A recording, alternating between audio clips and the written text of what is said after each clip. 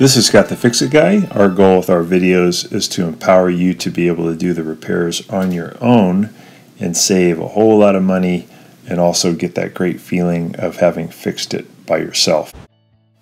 This is Scott the Fix-It Guy with a really fast and simple repair to get your stove flame stronger so you have a bigger flame.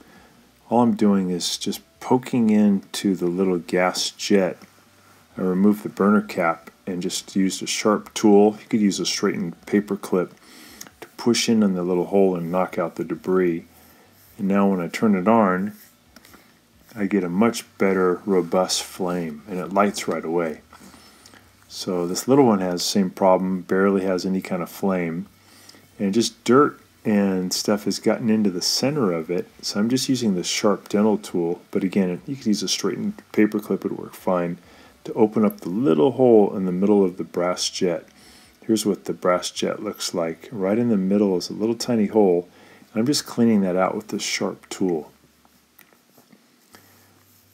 And here's another one here. Just putting something inside that hole, you wiggle it around, and it breaks free whatever it is, the dirt, the dust, the dried out milk.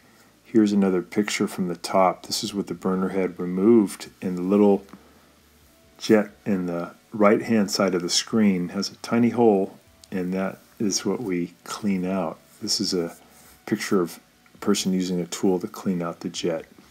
It's really fast and easy, very rewarding because you have a burner that'll light right away and have a really strong flame. So here's the little one that was giving me trouble, and I'm just digging my tool into that hole and wiggling it around.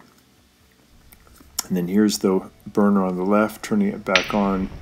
Got a nice strong flame. Nice and blue, which we like.